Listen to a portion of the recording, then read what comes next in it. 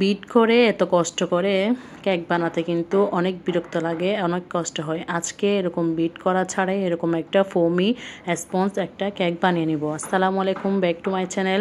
শুরু করছি আজকে আরেকটি নতুন রেসিপি। কেক কোথা থেকে দেখছেন অবশ্যই কমেন্ট করে জানাবেন এবং ভিডিওটি শেষ পর্যন্ত দেখার জন্য আমন্ত্রণ রইল। এই তো আমি প্রথমে নর্মাল টেম্পারেচারের 5টি ডিম নিয়ে নিয়েছি। ডিমটা যদি ফ্রিজে থাকে অন্তত 30 মিনিট অথবা 1 ঘন্টা আগে ফ্রিজ থেকে বের করে রাখবেন। এই তো আমি 5টার মতো ডিম নিয়েছি। ডিমগুলো একে একে একটা করে ভেঙে নিচ্ছি। এখানে কিন্তু কুসুমটা আলাদা করব না, এর মধ্যেই বিট করে নিব। এই তো তার মধ্যে দিয়ে দিলাম আমি হাফ কাপ পরিমাণে চিনি। চিনিটা আপনারা যারা মিষ্টি খেতে বেশি পছন্দ করেন তারা আরও বাড়িয়ে দিতে পারেন। আমি কিন্তু মিডিয়াম মিষ্টিটা পছন্দ করার জন্য মিডিয়াম করে দিলাম। আপনারা যার যার পছন্দ মতো টেস্ট অনুযায়ী দিবেন। এখন দিয়ে দিলাম ভ্যানিলা এসেন্স, যাতে এসেন্সের একটা ফ্লেভার আসে, ডিমের বাজে গন্ধটা চলে যায়। এখন ভ্যানিলা এসেন্স, চিনিগুলো দিয়ে এখন একটু ভালো করে একটু বিট করে নিচ্ছি বিটারের সাহায্যে। আমারটা হচ্ছে হ্যান্ড বিট মেশিন। এই তো এখন একটু সময় নিয়ে যাতে চিনিটা একদম গলে যায় সেই অবধি একটু বিট করে নিচ্ছি। চিনিটা যেহেতু এখন গলে গিয়েছে, এখন 1 কাপ পরিমাণে আমি সয়াবিন তেল অ্যাড করে দিচ্ছি। এই তো তেলটা দিয়ে আবার একটু বিট করে নিচ্ছি। এভাবে ধাপে ধাপে একটা একটা উপকরণ দিয়ে বিট করে নিচ্ছি। এটা চাইলে আপনারা হ্যান্ড উইচ দিয়েও করতে পারেন, কিন্তু আমি যাতে সময় কম লাগে এটার জন্য আমি বিট মেশিন দিয়ে করতেছি, তবে হ্যান্ড উইচ দিয়েও করা যায়। এই তো এখন আবার শুকনো উপকরণগুলো একটু ছেড়ে নিব। প্রথমে নিয়ে নিলাম আমি 2 কাপ পরিমাণে ময়দা। এখন তার মধ্যে অ্যাড করে দিচ্ছি 3-4 চামচের মতো মিল্ক পাউডার। মিল্ক পাউডারটা দিলে আপনার টেস্টটা ভালো আসে, এটার জন্য দেওয়া। এখন অ্যাড করে দিলাম বেকিং পাউডার। বেকিং পাউডারটা অবশ্যই দেওয়া লাগবে। একটু 2 চিমটির মতো দিয়ে দিলাম বেকিং সোডা। এখানেও কিন্তু কোনো আমি কর্নফ্লাওয়ার ইউজ করব না। এই তো এখন মিষ্টির স্বাদের ব্যালেন্সটা যাতে ঠিক থাকে তার জন্য একটু অ্যাড করে দিলাম লবণ। লবণটা দিলে কিন্তু মিষ্টির ব্যালেন্সটা একদম পারফেক্ট থাকে। এই তো এখন শুকনো উপকরণগুলো একটু চেলে নিচ্ছি। এই তো আমার চালানো শেষ। একটা এই চাকনির সাহায্যে কিন্তু আমি চেলে নিয়েছি। এখন একটু স্প্যাচুলার সাহায্যে একটু ভালো করে শুকনো উপকরণগুলো একটু মিশিয়ে নিচ্ছি। এই তো এভাবে মিশিয়ে নিয়েছি। এখন এটা এক সাইডে রেখে এখন যে ডিমটা আমি বিট করেছিলাম, ওই বিট করা এই ডিমগুলোর মধ্যে এখন শুকনো উপকরণগুলো দিয়ে আবার একটু একটু বিট করে নিব। এই তো প্রথমে আমি অর্ধেক করে দিয়ে দিলাম, দিয়ে একটু বিট করে নিচ্ছি। এই তো একটু বিটের সাহায্যে কিন্তু বিট করলে একটু কষ্টও কম হয় আর একটু ভালো করে স্মুথলি একদম কোনো দানা দানা ভাব থাকে না, বিট হয়ে যায়। এটার জন্য আমার বিট মেশিন দিয়ে করা, কিন্তু এটা বিট মেশিন দিয়ে না করলেও চলে, আপনারা কিন্তু হ্যান্ড উইচ দিয়ে করে দিতে পারবেন। এই তো আরও অল্প উপকরণ ছিল শুকনো, এগুলো দিয়ে দিলাম। দিয়ে এখন একটু ভালো করে বিট করে নিচ্ছি। এই তো আমার বিট করা শেষ। এবার বাকি প্রসেসিংগুলো আমি করে নিব। এটা শুকনো উপকরণ দেওয়ার পরে এগুলো কিন্তু আমি 2 ভাগে ভাগ করে নিব।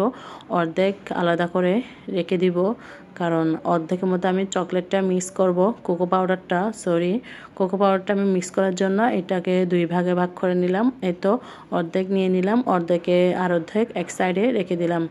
এখন অর্ধেকের মধ্যে বাকি অর্ধেক যেরকম আছে সেরকম রেখে দিব এবং বাকি অর্ধেকের মধ্যে আমি 2 চামচের মতো কোকো পাউডার নিলাম। এটা একটু ছেঁকে নিলে কিন্তু একটু ভালো, এটার জন্য আমি একটু ছেঁকে নিচ্ছি যাতে দলা পেকে না থাকে। এই তো আমার ছাঁকানো শেষ। এভাবে করে একটু নেড়েচেড়ে একটু ছেঁকে নিচ্ছি। ছেঁকে নেওয়ার পরে এটা একটু ভালো করে মিক্স করে নিতে হবে। এটা যেহেতু কোকো পাউডার একটু টাইম লাগে, আমি আস্তে আস্তে প্রথমে একটু করে এমনি স্প্যাচুলার সাহায্যে করে মিক্স করে এরপরে হচ্ছে আপনার বিট মেশিন দিয়ে মিক্স করে নিয়েছি। স্প্যাচুলার সাহায্য করা যায়, কিন্তু একটু তাড়াতাড়ি করার জন্য আমি এই তো স্প্যাচুলার সাহায্যে আমি বিট করে নিয়েছি। এই তো এভাবে করে একটু বিট করে নিচ্ছিলাম। এটা যেহেতু চকলেট অনেকটা আটালো। এদিকে আমি একটা মোল্ড নিয়ে নিলাম, 1 পাউন্ডের মোল্ডের মধ্যে একটু তেল ব্রাশ করে দিলাম, তার মধ্যে একটা পেপার বসিয়ে দিলাম, পেপারটা দিয়ে আবার একটু তেল ব্রাশ করে দিয়ে দিলাম। এই তো একটু তেল ব্রাশ করে দিয়ে দিচ্ছি। এখন যে প্রসেসিংটা করব এটা হচ্ছে প্রথমে আমি 1 চামচ দিয়ে দিলাম হচ্ছে ভ্যানিলা ফ্লেভারটা। এর উপরে আরেক চামচ দিয়ে দিব হচ্ছে আপনার কোকো পাউডার যেটা মিক্স করেছিলাম ওই মিশ্রণটা। এই তো ওখান থেকে দিয়ে দিলাম অল্প। এরপর দিয়ে দিচ্ছি 1 চামচ ভ্যানিলা ফ্লেভারটা, আবার অল্প দিয়ে দিব কোকো পাউডার যেটা অ্যাড করেছিলাম ওই উপকরণটা। এই তো এইভাবে করে ধাপে ধাপে এখান থেকে অল্প এখান থেকে অল্প এভাবে করে আস্তে আস্তে ধাপে ধাপে কিন্তু আমি ফুল ব্যাটারটা একদম সুন্দর করে একদম মিক্স করে নিব। এই তো যেভাবে দেখতে পাচ্ছেন ভিডিওতে এভাবে, এটা কিন্তু একটু টাইম নিয়ে আস্তে আস্তে করতে হবে যদি আপনি এই ফুলটা একটু সুন্দর করে করতে চান। আমার কিন্তু এখানে একটু একটু মিস্টেক হয়ে যাচ্ছে, তবু করার চেষ্টা করেছি, কারণ চকলেটটা একটু আঠালো টাইপের তো দেওয়ার সময় একটু পাশে একটু ছড়িয়ে যাচ্ছে। কোনো সমস্যা নাই, তারপরেও কিন্তু ফুলটাই ভালো আসে। এই তো এখন দেওয়া শেষ। এখন একটা টুথপিকের সাহায্যে এভাবে করে চারপাশে একটু টেনে টেনে দিচ্ছি। এটা কিন্তু আপনাদের ইচ্ছা মতো করে দিতে পারেন, যে যেমনটাভাবে করে দেন তেমনটাভাবে সমস্যা নাই। এখন এটা কিন্তু আমি ওভেনে দিয়ে দিচ্ছি 150 ডিগ্রি হিটে দিয়ে দিচ্ছি 50 মিনিটের জন্য। এই তো আমি টাইমটা সেট করে দিলাম। এই তো এরপরে 50 মিনিট পরে এসে এই তো আমার এটা হয়ে গেছে। এখন আমি চারপাশে একটু নাইক দিয়ে আলগা করে দিচ্ছি যাতে সহজে চলে আসে, দেখে বুঝতেছেন। এই তো এখন আমি এটা মোল্ড আউট করে নিচ্ছি। এই তো এখন নিচে পেপারটা একটু নিয়ে নিব। এটা কিন্তু আমার ফ্রিলি কেন উঠতেছে না আমি জানি না, তুলতে একটু সমস্যা হয়েছে, এই যে ছিঁড়ে যাচ্ছিল, তবু আমি আস্তে আস্তে একটু সময় নিয়ে তুলে ফেলেছি। এই তো কেকটা কিন্তু অনেকটা স্পঞ্জ হয়েছে এবং অনেক সুন্দর হয়েছে, এতটা কিন্তু খারাপও হয় না, আবার খেতেও কিন্তু অনেক টেস্টি ছিল। এই তো দেখেন অনেক স্পঞ্জ একদম নরম তুলতুলে হয়েছে, আপনারা দেখেই বুঝতেছেন ভিডিওতে। এখানে কিন্তু আমি একটু ভিডিও কিন্তু স্কিপ করে নেই, পুরোটাই আপনাদেরকে দেখানোর চেষ্টা করেছি। এই তো এখন দেখেন নকশাটা কিন্তু চাইলে আর একটু সুন্দর হতো, আমি যতটুকু পেরেছি করেছি। এই তো কিন্তু এতটুকুর মধ্যে কিন্তু অনেকটা সুন্দর হয়েছে, অতটুকু তুলতুলো হয়েছে যে মাঝখানে কিন্তু একটু একটু ফেটে গেছে। এই তো আজকের ভিডিওটা এই পর্যন্ত। কেকটা কিন্তু অনেক টেস্টি ছিল। আল্লাহ হাফেজ।